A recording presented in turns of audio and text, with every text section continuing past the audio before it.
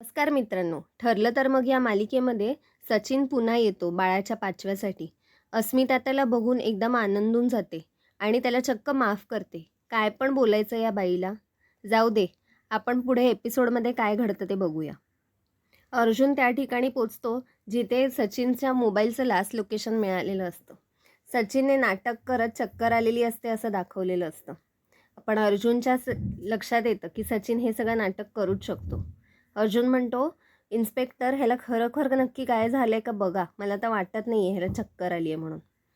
Police आपला त्याच्या डोक्यावर पाणी वगैरे टाकून बघतो, प्रयत्न करतो त्याला उठवायला. नंतर आपल्याला दाखवतात की सुभेदारांच्या घरात 5वीच्या पूजेसाठी तयारी चालू असते. इकडे पोलिसांनी एकदा डोळ्यावर पाणी मारल्यावर सचिन लगेच जागा होतो. पण ॲक्टिंग तर एवढी करतोय ना की जसं की खरोखरच चक्कर आली आहे. सचिन डोळे उघडतो आणि अर्जुनला बघून म्हणतो, तुम्हाला कसं कळलं मी इकडे आहे आणि तुम्ही एवढ्या लगेच कसं आलात? पोलीस म्हणतात, आम्ही तुझं लोकेशन ट्रॅक करत होतो म्हणून आम्हाला कळलं तुम्ही इकडे आहात ते. सचिन लगेच नाटक करतो, हातबीत जोडतो काय आणि माफी मागतो काय. म्हणतो, तुमचे माझ्यावर खूप उपकार झाले, बरं झालं तुम्ही आलात, नाही तर माझं इकडे काय झालं असतं. इकडे पोलीस सचिनची चौकशी करत असतात. ते म्हणतात की तुम्ही इकडे कसे काय आलात? मग सचिन सांगतो की मला साक्षी महिपत शिकरेने इथे अटक केली. ती मला इथे कॅनडाहून आल्यानंतर जाळ्यात फसवलं तिने मला. मला थोडे फायनान्शियल प्रॉब्लेम्स होते आणि मी खूप डिस्टर्ब होतो आणि त्याच्यामुळे मी तिच्या जाळ्यात अडकलो. आणि तिने मला किडनॅप केलं आणि ह्या ठिकाणी येऊन 2 गुंडांसोबत आणलं. त्या गुंडांनी मला मारलं आणि माझा फोन पण घेतला. पोलीस म्हणतात, पण फोन तर तुमचा बाजूलाच पडला होता तुमच्या. ते कसं काय? सचिन म्हणतो, त्यातलं मला काही माहिती नाही. मला वाटलं ते गुंड पहारा देत असतील बाहेर. पण मी चक्कर येऊन पडलो होतो. मला इतकं बेदम मारलं होतं त्यांनी. अर्जुन म्हणतो, ही तू रचलेली स्टोरी आहे. हे तुला आधीपासून माहिती होतं की साक्षी जिवंत आहे आणि तू तिच्यासोबत प्रेमात होतास. सचिन म्हणतो, नाही अर्जुन, हात जोडतो मी. मला खरंच काही माहिती नव्हतं साक्षीबद्दल. अर्जुन म्हणतो, आता खटं बोलू नकोस. सचिन म्हणतो, मला महिपतच्या बंगल्यावर सुद्धा नेलं होतं साक्षीने. त्याचा पण ॲड्रेस मी तुला सांगतो. इकडे सगळ्या बायका एक एक करून अस्मिताची ओटी भरत असतात. तन्वीला तेही करता येत नाही. तन्वी हातातूनच नारळ सुटतो तन्वीच्या आणि तिच्या पदरात पडतो. अस्मिता तोंड वाकडं करते, पण तिचा लक्ष सारखा फोनमध्ये असतो. तिला वाटत असतं की कधी एकदा सचिनचा फोन येईल. इकडे पोलीस म्हणतात की आमची चौकशी झाली आहे, पण कधी आम्हाला गरज लागली तर ह्यांना पोलीस स्टेशनमध्ये यायला लागेल. सचिन म्हणतो, अर्जुन चल चल आपण आपल्या घरी जाऊया. अर्जुन म्हणतो, घरी? तुला लाज वाटते का? त्या दिवशी तुझ्या या सगळ्या वागण्यामुळे अस्मिताला किती त्रास झाला आहे माहिती आहे? अस्मिता आणि तिचं बाळ क्रिटिकल होतं. तिची डिलिव्हरी एवढी नाजूक झाली होती, तुम्हाला माहिती नाही आहे. सचिन म्हणतो, बाळ? मुलगा झाला की मुलगी? मला घेऊन चल ना. आणि अस्मिताची तब्येत कशी आहे? अर्जुन काहीही न बोलता त्याच्या गाडीकडे जातो. सचिन त्याचा माग करत देतो आणि म्हणतो, अर्जुन मला घेऊन चल ना प्लीज, मी कुठे जाणार, मला घेऊन चल ना प्लीज प्लीज. अर्जुन तयारच नसतो, पण शेवटी सचिन गाडीवरच थांबतो. शेवटी अर्जुनला नाईलाजाने सचिनला घेऊन यावं लागतं. इकडे सुभेदारांकडे सगळे गप्पा मारत बसलेले असतात. तेवढ्यात तिथे सचिन येतो. अस्मी अस्मी करत ओरडत. अस्मिता लगेच भावूक होते आणि त्याला बाळ दाखवते. अस्मिता लगेच बघून त्याला म्हणते, अरे तुला किती लागलंय, कुठे होतास तू आणि तू फोन का नाही उचलत आहेस? सचिन आलेलं आहे हे घरातलं कोणालाच आवडलेलं नसतं.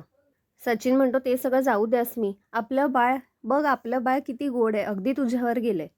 सचिन म्हणतो, अस्मी आय प्रॉमिस, आपल्या दोघांमध्ये मी कोणालाच येऊ देणार नाही. हे आपलं बाळ तू आणि मी, बस.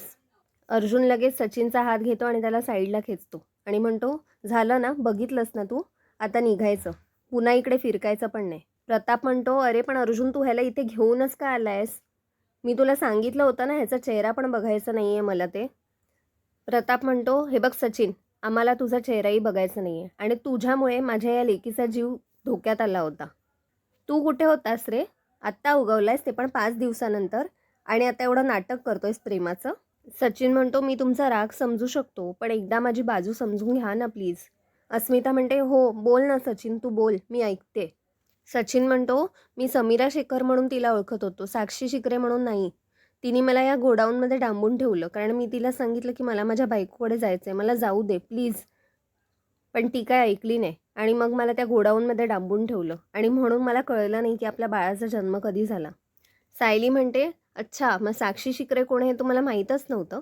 तुम्ही इथे भारतात परत आल्यानंतर साक्षी एवढी न्यूजमध्ये आली होती. सचिन म्हणतो, पण तिने तर मला हे नाव वेगळं सांगितलं होतं. आणि दुसरी गोष्ट म्हणजे फोटोमध्ये जे साक्षी शिकरे दिसत होती आणि माझ्यासमोर समीरा शेखर जी बनून आलेली ती वेगळी होती.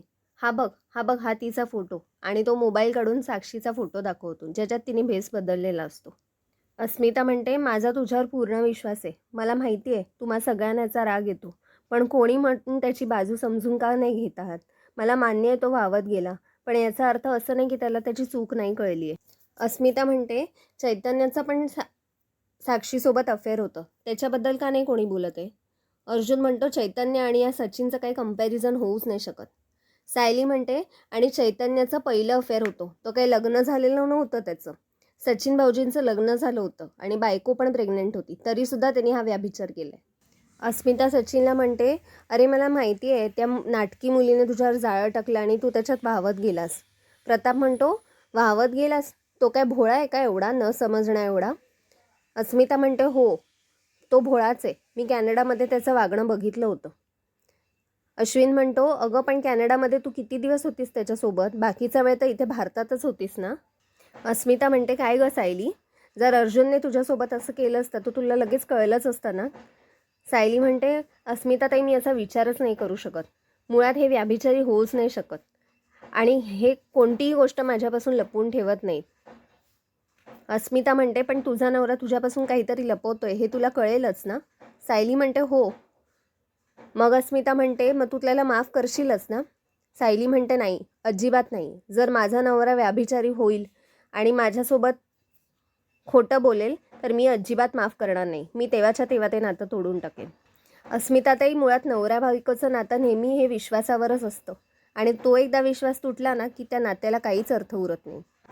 नंतर आपल्याला दाखवतात सगळे सुभेदार रात्री जेवायला एकत्र जमलेले असतात, पण कोणाचंच मन नसतं.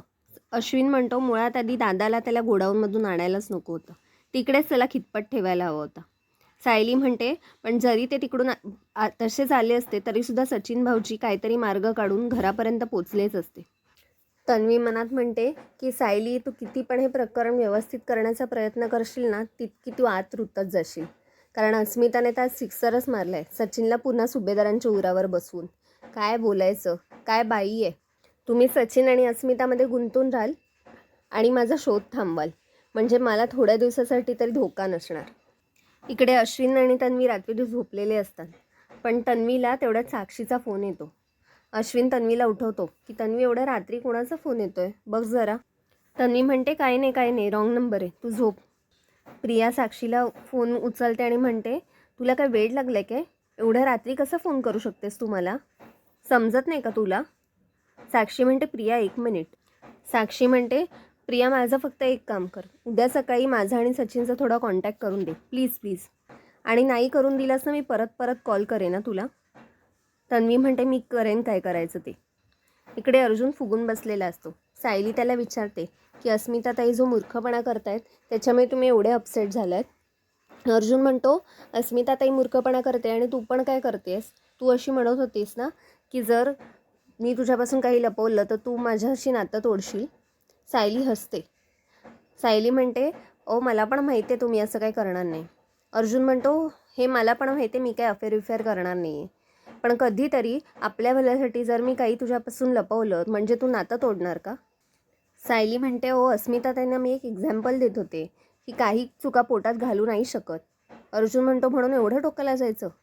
सायली म्हणते, मी टोकाला जाते? घटस्फोटाचे कागद तर तुम्ही आणून दिलेत ना. सायली म्हणते, पण अस्मिता ताईंनी जे काय केलं त्याच्याशी आपला काय संबंध आहे? आपण काय केलं आहे त्याची गोष्ट इकडे कुठे आली? अर्जुन म्हणतो, तू म्हणत होतीस ना की आपलं नातं तुटायचं. सायली म्हणते, मी ते फक्त बोलायला बोलले. अर्जुन म्हणतो, बोलायला पण कशी बोलू शकतेस तू? सायली म्हणते, कारण माझा तुमच्यावर पूर्ण विश्वास आहे की तुम्ही माझ्यापासून काहीच लपवणार नाही. सायली म्हणते, पण तुम्हाला एवढा का त्रास होतोय? तुम्ही असं काही केलं आहे का? अर्जुन काहीच बोलत नाही, एकदम शांत होऊन जातो. अर्जुन म्हणतो, असं काही लपवलेलं नाही आहे मी, पण असं काहीतरी झालं, आपल्यात गैरसमज झाले तर तू माझं काही ऐकून घेणार नाहीस का? तू सरळ नातं तोडून टाकशील का? मला सांग, तू जर मला सोडून गेलीस तर माझं काय होईल तुला माहिती आहे का? सायली म्हणते, तुम्ही काहीही काळजी करू नका, आपलं नातं एकदम घट्ट आहे आणि ते कधीच तुटणार नाही.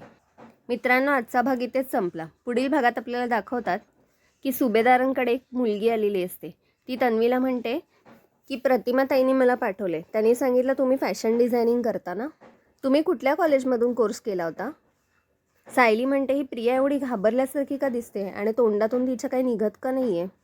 नंतर आपल्याला दाखवतात की अर्जुन चैतन्याला सगळं सांगतो घडलेला प्रकार. चैतन्य म्हणतो नातं संपेल असं वहिनी म्हणाली आहे, मग एक काम कर, आत्ताच्या आत्ता जा आणि तिला सगळं खरं खरं सांगून टाक. नंतर आपल्याला दाखवतात की सायली प्रतिमाकडून प्रियाचा ID कार्डचा फोटो मागून घेते कॉलेजच्या. पण तिच्या लक्षात येतं की त्या वर्षीच्या कॉलेजच्या नावाच्या यादीमध्ये प्रियाचं नावच नसतं. सायली विचार करते प्रिया या कॉलेजला मग गेलीच नसेल का, आणि हे सगळं ID कार्ड वगैरे सगळं खोटं असेल का. मित्रांनो, आपण भेटूया पुढच्या भागात. चॅनलला सबस्क्राईब करायला विसरू नका. बाय.